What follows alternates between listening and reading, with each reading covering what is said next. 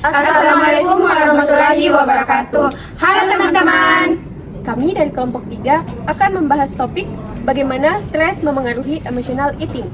Sebelum itu, perkenalkan anggota kelompok. Saya sendiri, Rusnila Sari. Saya Ilmi Anugrah Rusman. Saya Putri Kriya Patapa. Saya Nabila Salsabila Asir. Saya Juliana Fadila. Selamat menyaksikan. Assalamualaikum warahmatullahi wabarakatuh. Halo semua, perkenalkan saya host pada podcast kali ini. Adapun bintang tamunya yaitu Putri dan Dinda. Di sini kami akan membahas topik mengenai hubungan stres dan emotional eating. Pernah tidak, pada saat stres, kalian ingin makan coklat, mie instan, dan juga minuman manis yang berlebih? Ternyata, kondisi psikologis sangat memengaruhi pola makan seseorang. Di sini akan dibahas bagaimana stres dapat memicu emotional eating, dampaknya bagi kesehatan, dan juga cara mengatasinya berdasarkan perspektif psikologi gizi. Nah, kan emotional eating itu dipicu oleh stres. Menurut Kakak Dinda, stres itu apa sih? Nah, menurut saya, stres itu respon tubuh terhadap tekanan atau tuntutan, baik secara fisik maupun emosional. Ketika seseorang mengalami stres, tubuh menghasilkan hormon kortisol. Peningkatan hormon kortisol dapat meningkat nafsu makan, terutama terhadap makanan tinggi gula dan juga lemak. Kondisi ini yang sering memicu emotional eating, yaitu perilaku makan bukan karena lapar fisik, tetapi karena dorongan emosi seperti sedih, cemas, marah, atau tertekan. Dalam psikologi, emotional eating termasuk pelampiasan emosi. Makanan digunakan sebagai sumber kenyamanan sementara. Ada juga teori reward system pada otak. Saat seseorang makan makanan manis atau berlemak, otak melampiaskan dopamin yang menimbulkan rasa senang. Akibatnya, seseorang cenderung mengulangi perilaku tersebut saat stres. Nah, saya akan tunjukkan satu video mengenai emotional eating terhadap mahasiswa. Banyak tugas, mana besok konsentrasi lagi. Stres tuh nih.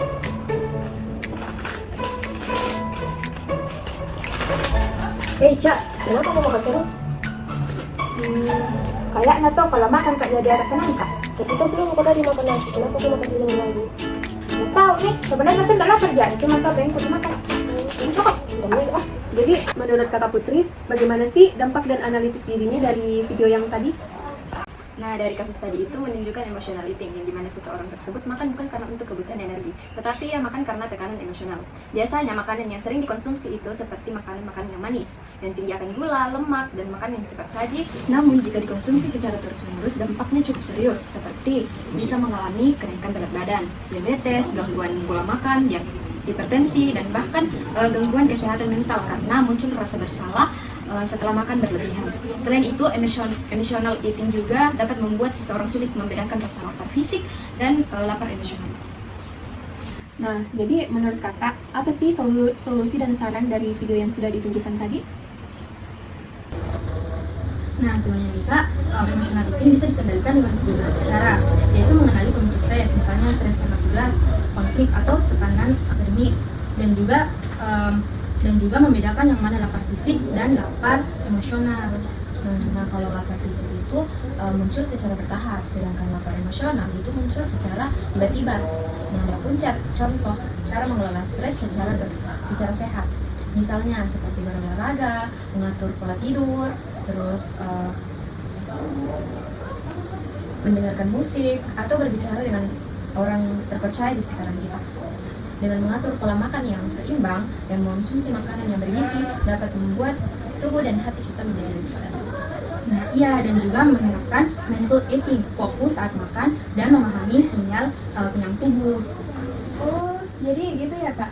Nah, teman-teman, dari penjelasan Kakak Putri dan Kakak Dinda, stres itu bisa memengaruhi pola makan seseorang. Maka dari itu, kita harus belajar mengelola stres dengan baik. Itulah tadi podcast kita pada hari ini. Semoga bisa membantu menambah wawasan dan pemahaman para penonton. Sekian, wassalamualaikum warahmatullahi wabarakatuh. Itulah tadi podcast dan roleplay dari kelompok kami. Thank you for watching. Wassalamualaikum warahmatullahi wabarakatuh. Bye bye.